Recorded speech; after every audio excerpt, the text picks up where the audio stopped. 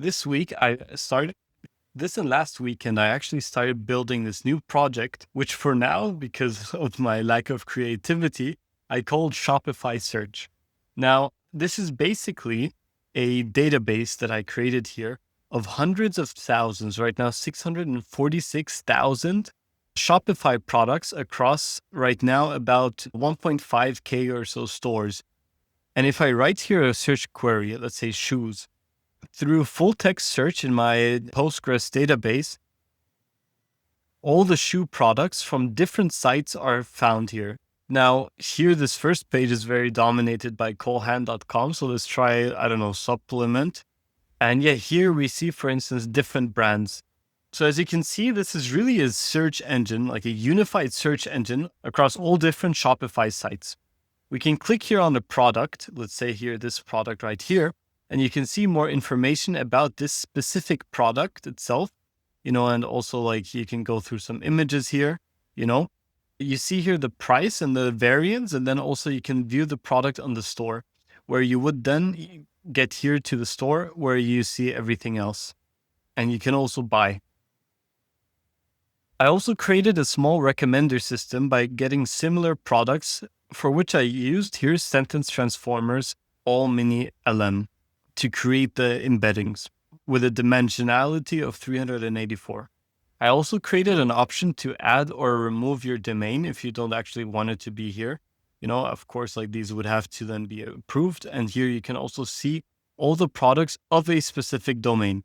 Now, all this data itself comes from the products.json, which if you go on any Shopify website, right, products.json, you get the entire product list from this website, as you can see. I also added here a way to sign in. I used Clerk for signing in, and then also you can go here on your collections itself. So for instance, I have here a test collection and I put 2 shoes in there, for instance.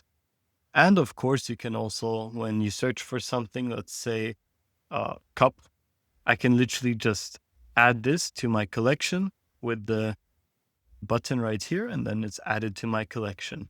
The way that I did it is mostly through some Python scripts, as you can see, to first scrape the data, get some information from the domain and all of that.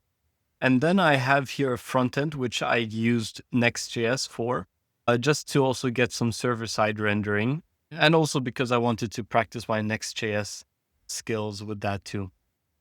Now, the entire design itself was actually created completely by me, I tried to use my last 2 brain cells, as you can see, to do some kind of design, which might or might not look very good or bad. And even things like the parallax effect, which you saw right here, was also created by me, as you can see, with like I separated the layers and all of that, and tried to also just get inspired by actual pictures from Unsplash or even AI generated pictures. Here's my truck. I was thinking if I should add it or not, where I literally just traced this with the pen tool. But yeah, so this is like what I got for now. I tried to add a small parallax effect, but I didn't really have more content to add here, but I just wanted to add that too.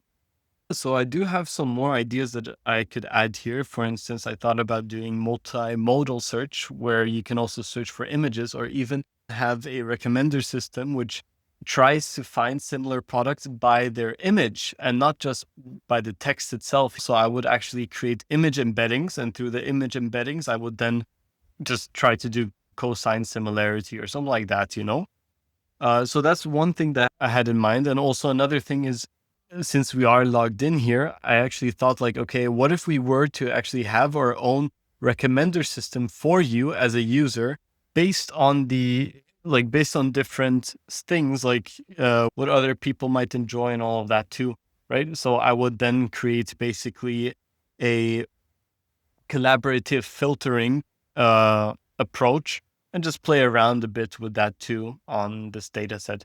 But more importantly than anything, I now have basically my own created data set of about 650,000 records of data or data points, which I personally then just want to do some machine learning projects with, and just like explore a bit and hone my skills on some real world projects, inshallah. And yeah, that was basically my technical presentation a bit of this product that I created, the Shopify Search. And yeah, I'd love to hear some feedback and what you think of all of this, and especially on the design. I'm not a designer, and I'm still very on the fence with the design because it is very, very different. I wanted something completely different to anything I've seen before and have it a bit more playful and all of that instead of all this like corporate design and all of that. I also like, for instance, that I added dashes everywhere just because like nobody ever uses this in any design, right? I feel like a secret thing that you're not allowed to follow. Like no designer uses dashes, it feels like in any design, especially on the borders like this. So I tried to make it really creative. Like you see here, how basically it's kind of so I put the border as the same as the background.